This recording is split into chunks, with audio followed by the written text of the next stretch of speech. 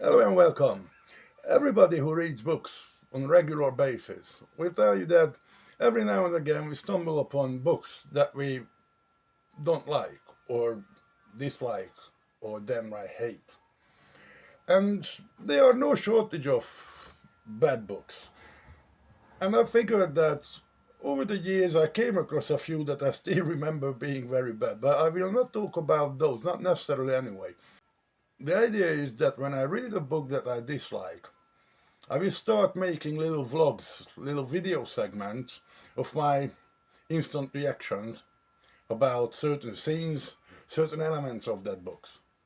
And once I finish the book, I will give a rundown of my overall feelings about that book, and then I will edit these pre-recorded video segments into it while breaking the basic structure of a review. These will give you the overall feel, the overall idea of the book, and you can make your mind up if you'd like to read it, despite my opinion. And well, there will be spoilers, but it won't be spoiler oriented. I not necessarily will talk about the end of it, maybe. I'm not necessarily talking about basic setups in it. I just do it as I go along and we see how it comes out. We'll see. So, the first book that I really disliked just recently is Bullet Train. Let's see what that's about.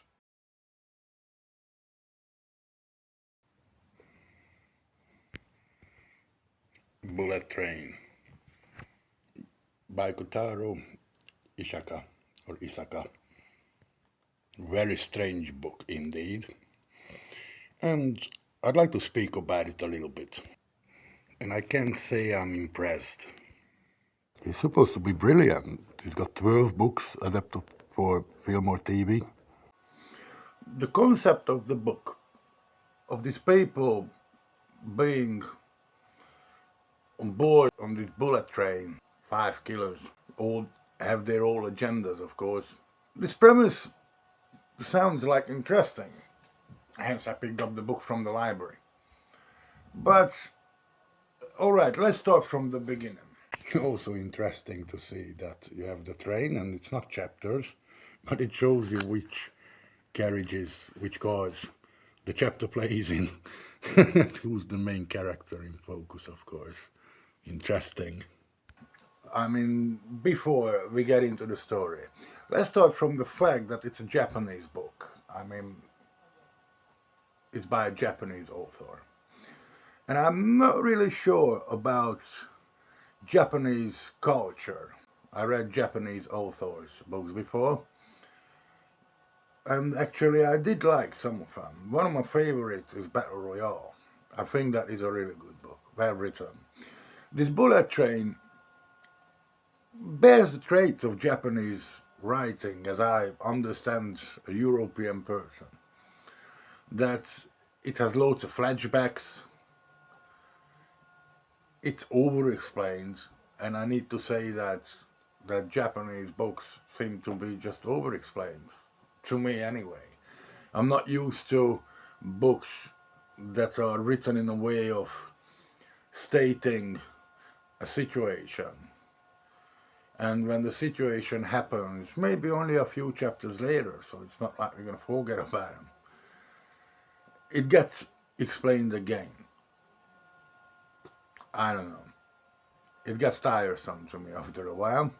In Battle Royale, the author gets away with it because it's fast paced and it's just so obscure, so surreal that you can't help but kind of just go along with it.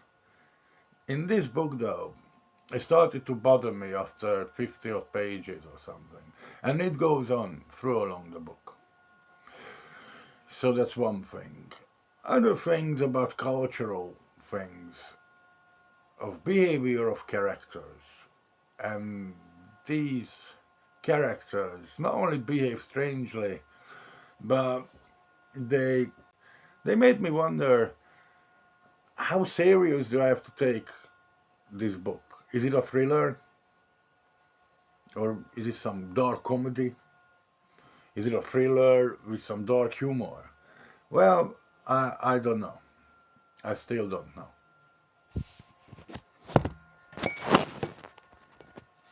I think it wants to get serious. At certain points of the book, it does want to get serious, but it's hard to take it seriously with names like Tangerine and Lemon, two hitman, some seriously dangerous duo. One of them, Lemon, talks about Thomas the Tank Engine all the time. What the fuck? His partner, Tangerine, he kind of just, he knows Lemon is stupid, hence the name Lemon.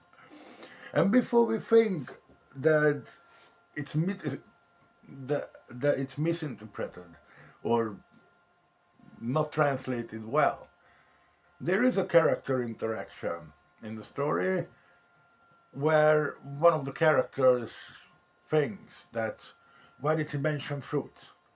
So obviously he picks up on the names Tangerine and Lemon. Yeah. So that are the names of these two hitmen. And there's this character called Morning Glory. He's not on the train, and he's known also as the pusher. Pushes people into the traffic. And we're gonna speak about that notion a bit, the concept, the idea. But anyway, the only regret Morning Glory felt was he had done it for no fee. What kind of name is Morning Glory for a person, for a murderer or whoever? I don't know, man. I'm really not sure. So talking about the pusher, Stephen King comes to mind. The Dark Tower series, Book 2, The Drawing of the Three. It has a chapter, it has a character, the pusher. And he's doing basically what the pusher in this bullet train thing does. Hangs around the cities, in New York City in this case, and pushes people into the traffic front of subways. And it is a piece of the whole tale actually, because a character, that's a Walker, is one of the victims in this book. And it even has a chapter for it towards the end of the book. So it's hard to believe that Kotaro Isaka wouldn't have read The Drawing of the Three by Stephen King. I mean, he might not have, but coincidence, I don't think so. And the thing is that this book, The Drawing of the Three, was released in 1987, beating Kotaro Isaka's Bullet Train with decades, basically. But yeah, that's about the pusher. I, I didn't like that bit either because I kept reading about this character, the pusher, in Bullet Train, and I figured, why, why would anyone do that really? And if it was gonna be a homage, that didn't come through. It came through as a ripoff. Another thing I didn't like. So there's like 5 killers on this train, right? In the Bullet Train. Nono, known as the Ladybird, works with a woman called Maria, or Maria. Maria's off the train, and Nano is tasked with obtaining a bag that's supposed to have cash in it. Then we have Kimura, and he's the he's the main protagonist, if you'd like. He wants revenge because his son got pushed off a terrace or roof section of a shopping mall by this 14-year-old kid, the Prince, Satoshi, his normal name is. There's a 14-year-old kid manipulating people, and you have two hitmen named Tangerine and Lemon.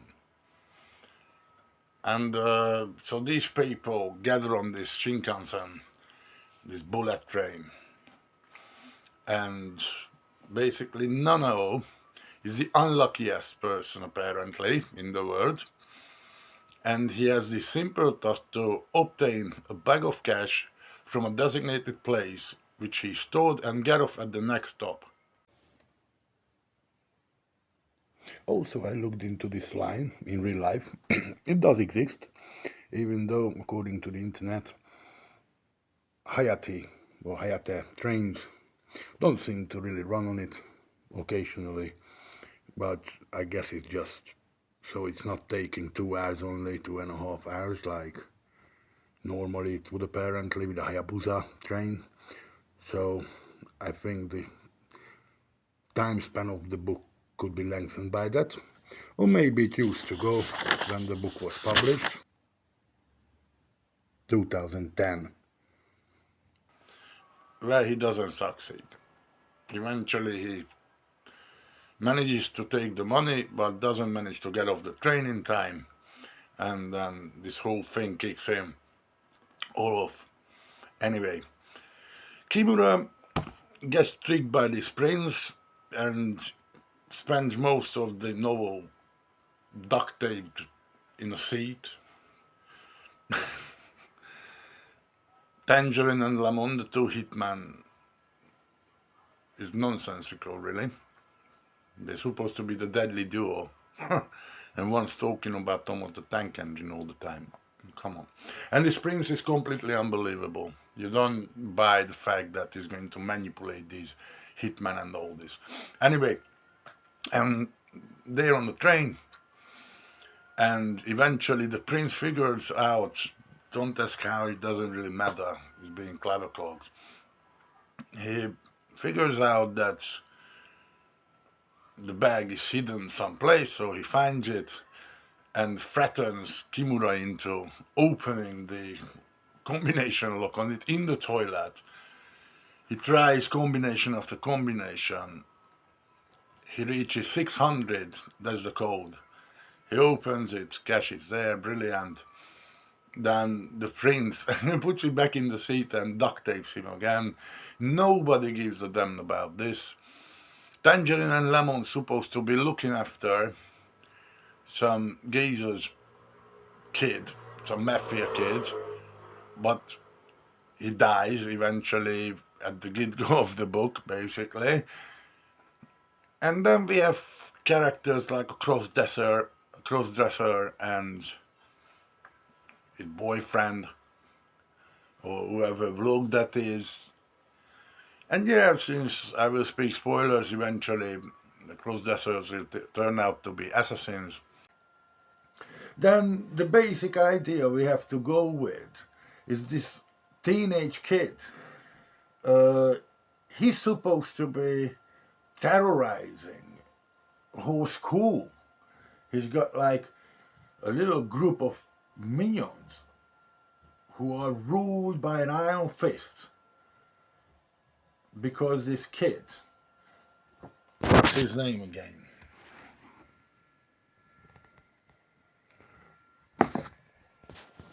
Satoshi, who's known as the prince among his friends or schoolmates or whoever these people are. So the prince rules with an iron fist. Rules, I mean, yeah, sure, because he's got a taser kind of thing, like a shocker.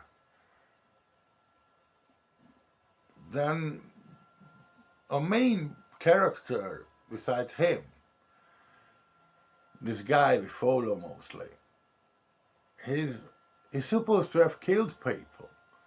He's an alcoholic. The only job he could have held down or could hold down, the security guard, being a security guard. He's got a gun somewhere at home. And secretly he got some money for being hired to kill people. And then he gets manipulated and actually either kidnapped. Sure, man, you do that. On a train, yeah, no one notices. Brilliant. Fuck. On the train by the school kids. I mean, No, I'm not buying it, sorry. Then there are many incidents, situations through along the story where it's completely unimaginable. And I know it's fiction, but no. There are scenarios in this book which which are clearly bullshit. Sorry. I don't know how Japanese people look at things, how they think about fiction and reality within the fiction, especially in thrillers and horrors, because this book just doesn't really hold together very well on this ground. I mean, a dead body being moved to a seat of a train without anyone noticing that it's a dead body. Another person gets kidnapped, tied up with duct tape, again in a train carriage, in a seat, and no one seemed to notice. Apparently, his son is in hospital because his prince pushed the son off the ledge of a shopping mall from the rooftop. So this child gets into hospital, and his dad, who goes after this prince character, finds him on the train, and the prince tricks him, kidnaps him, and threatens him that he's got a friend. This prince has a minion waiting near the hospital, and if prince doesn't answer a phone call that comes every stop, the minion will murder the bloke's son in the hospital. So we have to imagine there's somebody who is going through a Japanese hospital to murder a child because of being manipulated by a teenager from hundreds of miles away or kilometers away, if you like, on a train. I mean, come on. Also, this book has some strange things to say, some strange comparisons, or whatever you want to call them. The taller one wore black clothes and had long hair for a man, tangerine or maybe lemon. Just on the next page, an older guy with a vivid blue shirt. His hair was pulled back in a way that made Nano think of an old lady's hairstyle in a foreign film, kind of endearing. What? And basically, this whole book is quite nonsensical. And yeah, I'm not going to tell more about it.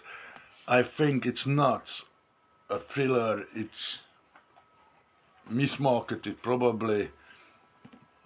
And to be quite truthful, I will not watch the film probably because I don't want to know about these characters and this story. I don't think this concept is well executed. Then they speak about high octane thriller, truly enjoyable. The action accelerates up and down the tank carriages. Wow, Daily Mail. Come on, nah. Absolutely weird, in a way that I'm not sure if it's okay way. I mean, it's okay to be weird. I like weird, but no, not like this. This book tries to take itself too seriously, and it fails at every point doing that. While it tries to make you kind of laugh, or I don't know, but the jokes ain't too good either. And if I'd like to read fast-paced action thriller or horror satires that's supposed to be, apparently. I mean, that's what some people say who like it. But it's a satire. Well, if it is a satire, I'm really sad. Now, if I want to know about satires, then I read Bentley Little. Bentley Little is way above this kind of quality. The other thing in this book is that for pages and pages, you're waiting for the obvious way too often. Also, I'm pleased I've used the library and didn't purchase this book. Yeah. So no bullet train for me anymore. So far, I don't know. Book, yeah. Upcoming book by the same author in 2022. Three Assassins. I don't know about you, man. I don't know. I'm not sure if I'm gonna read this. That's enough of it, I guess. And enough of me as well. Signing off now.